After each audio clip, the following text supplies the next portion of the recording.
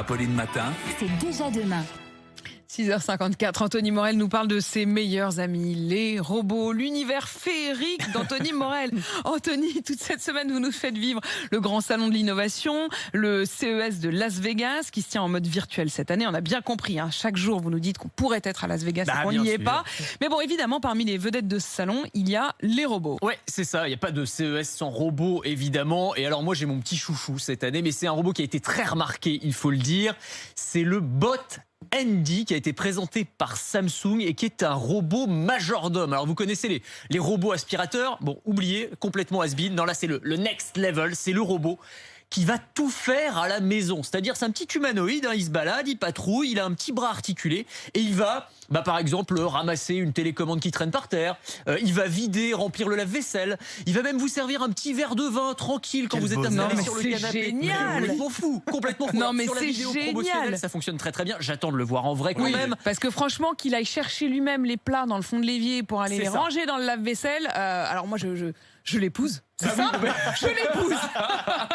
Robot, veux-tu m'épouser? C'est le petit esclave à la maison là pour le coup. Non mais c'est assez fou. Alors en fait, ce qui est intéressant, c'est effectivement, il a un bras articulé avec une main couplée à une caméra et un système d'intelligence artificielle pour lui permettre de savoir quels objets prendre et comment s'en saisir. Parce que nous, on est humains, c'est très facile. Une serviette, un stylo, un cahier, on fait pas la différence. Mais pour un robot, en termes de structure, de forme, c'est très compliqué à appréhender. Donc voilà, c'est une vraie performance technologique.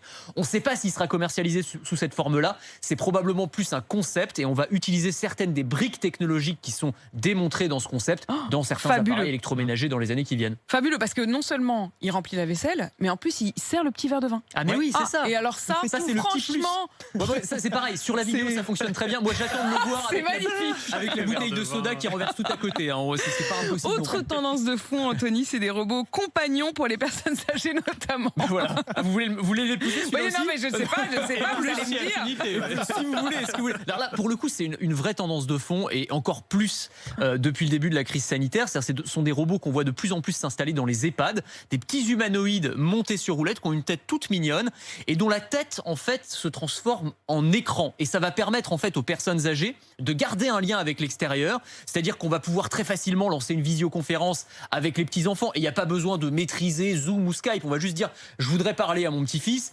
Et la conversation va se lancer. On va pouvoir faire une visite virtuelle d'un musée, prendre des cours de sport ou de remise en forme. Et donc ça crée comme ça une forme de lien à travers le robot. Et ce sont des petits compagnons, un peu comme des animaux de compagnie finalement, qui déambulent un peu partout. Alors il y en a dans les EHPAD de plus en plus, et des robots français. On a le Cutie par exemple qu'on voyait là à l'instant, et aussi à domicile pour les personnes isolées, même si ça coûte encore un petit peu cher. Mais c'est le genre de machine qu'on va voir s'installer de plus en plus. Et on va jusqu'à adopter parfois des chats robots. Oui, alors ça c'est l'une des bizarreries que nous réserve ce CES.